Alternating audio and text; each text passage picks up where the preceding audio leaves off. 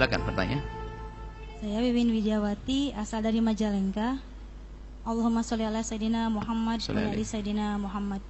Izin bertanya Buya, ada pertanyaan titipan dari teman saya. Bagaimana kalau istri ditinggal suami ditinggal suami, udah gitu menikah lagi? Siapa yang menikah lagi? Di surga ketemu suami yang mana? Ditinggal meninggal maksudnya? Iya, istri meninggal suami, udah gitu menikah lagi. Nanti di surga ketemu suami yang mana? Kalau suami kan katanya boleh menikah lagi karena di surga memilih istri yang paling soleh. Kalau istri katanya nggak boleh nikah lagi, nantinya takut nggak bersama lagi sama suami yang dulu gitu. Mohon pencerahannya Bu ya. Wassalamualaikum warahmatullahi wabarakatuh. Assalamualaikum. Kalau belajar itu dari orang yang ada ilmu dong. Masa orang suaminya meninggal nggak boleh menikah lagi? Itu kebutuhan pribadi. Banyak dari sahabat Nabi janda sahabat Nabi menikah lagi ada. Yang nggak boleh adalah ummahatul mukminin. Nggak bisa. Ibunda kita karena kaum mukminin semua adalah anak-anaknya. Setelah baginda wafat tidak ada satupun yang boleh berpikir ke sana.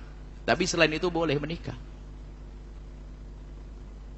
Adapun masalah nanti di sana Anda jangan bingung, Anda di sorga. Matastahihil anfus itu apapun yang Anda inginkan dikabul. Mana yang paling senang buah Anda sudah masuk surga dulu aja.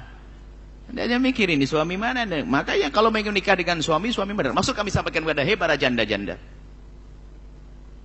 Ketahuilah bahwasanya. Dan juga yang punya anak janda atau punya ibu janda.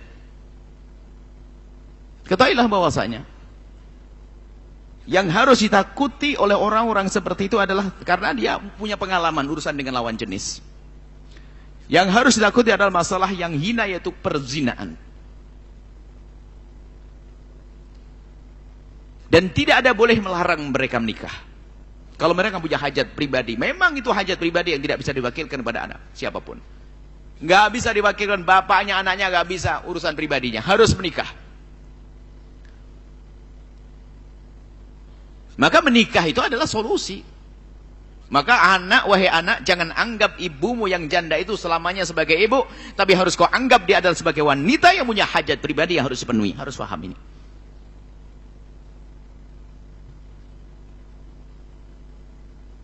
Ini ada. Sama sebaliknya orang tua juga bukan demikian. Kadang-kadang orang tua melarang anaknya nikah. Dia sudah tua, anaknya masih muda pengen nikah. Masalah pernikahan pintu halal harus dibuka selebar-lebarnya. Jangan sampai pintu halal tertunda membukanya. Di saat kita menunda membuka pintu halal, jangan-jangan pintu haram yang terbuka. Kehinaan hari ini begitu mudah. Jauh lebih mudah daripada zaman dulu. Anda yang seumur kami, apa yang ada pada Anda tentang media? Telepon jarang, yang punya hanya Pak Lurah satu. Televisi hanya Pak Lurah satu yang punya. Pembangkit syahwat tidak sedahsyat hari ini. Nah kalau sebegitu pernikahan kita persuit hari ini mau apa anak kita? Sampaikan kepada sang janda itu, kalau pengen nikah, tapi ingat suaminya yang benar, bukan karena kamu tertipu, suami yang soleh. Tapi aku nanti ketemu dengan suamiku, enggak? Sudahlah, nikah dulu nanti kalau nikahmu benar, yang bikin enggak ketemu yaitu apalah apa? Suaminya meninggal enggak menikah lalu dia zina, dia ini melakukan keharaman, syahwatnya, itu yang enggak benar. Menikah adalah hal yang wajar, bukan aib. Yang aib itu melakukan zina. Anehnya di negeri ini adalah kalau nggak nikah tuh biasa pacaran segala macam. Nikah kadang-kadang dibikin aneh. Semoga ini janda-janda mendengar suara ini dijaga oleh Allah. Kalaupun tidak menikah dijaga oleh Allah. Kalau menikah ketemu suami yang baik.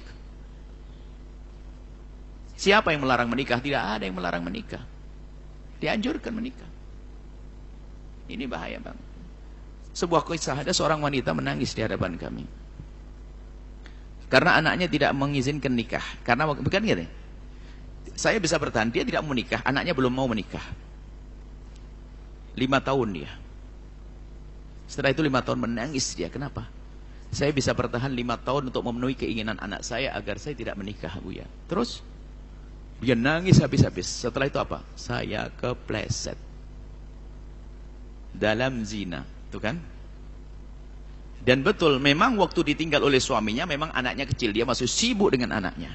Giliran anaknya sudah kuliah, lihat setan pandai ini. Di saat itulah dia melakukan kehinaan, padahal pintu halal buka. Makanya anak, wahai anak, jangan anggap ibumu selamanya sebagai ibu. Anggap dia sebagai seorang wanita yang perlu dimuliakan oleh suami. Urusan cemburuan dan sebagainya urusan dunia. Di akhirat nggak ada itu semuanya. Ayahandamu yang sudah di alam barzah, kalau melihat ibumu solehah, takut zina, takut haram, kemudian menikah, ayahmu yang di alam barzah bangga, karena itu buah didikanku dulu waktu di dunia. Halal penting, naudzubillah. Kadang-kadang iseng, mohon maaf, perempuan lihat gambar-gambar enggak, pelampiasan syahwat, terhina. Nikah, pintu halal harus dibuka. Lalu nanti di surga dengan siapa? Suami pertama, kedua, atau ketiga? Masuk surga dulu suruh pilih nanti. Saya bingung. Surga kan suka hati. Kita punya lintas langsung dikabul.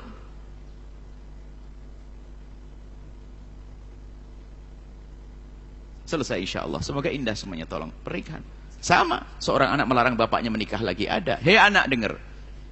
Bapaknya sudah tidak ada, ibunya sudah meninggal dunia, bapaknya nggak boleh menikah dan sebagainya. Kata anak perempuan, akan aku rawat bapakmu. Kamu hanya bisa berat makan dan sangat dohir, tapi urusan batinnya nggak bisa.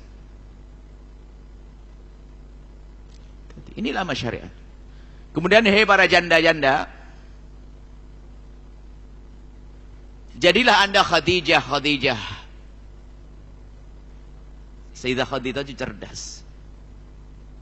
Jadi kalau menikah itu setelah merenung panjang, bukan kejebak dalam cinta yang nggak jelas.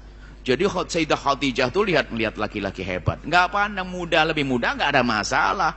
Dia soleh, dia baik, dia jujur, dia kayaknya penuh berkah. Kalau dagang kok laku bener nih dagangannya. Biarpun umurnya jauh, Sayyidah Khadijah 40, Sayyidina Nabi 25. Sampailah Sayyidah Khadijah kepada Rasul. Tapi bukan sewaktu Sayyidina Nabi bekerja di Sayyidah Khadijah itu orang yang ngerti manajemen, handal dalam bisnis. Nggak langsung ketemu Nabi, enggak. Orang lain yang ketemu. Hanya memantau apa yang dilakukan Muhammad bin Abdullah. Bagaimana bisnisnya. Oh, yang cerita yang nemen itu ajib. Orang ini baik banget, jujur ya luar biasa, berkah semua. Nah, kemudian dia gini-gini. Baru Sayyidah Khadijah mantap. Pengen tahu? Bukan pakai WA.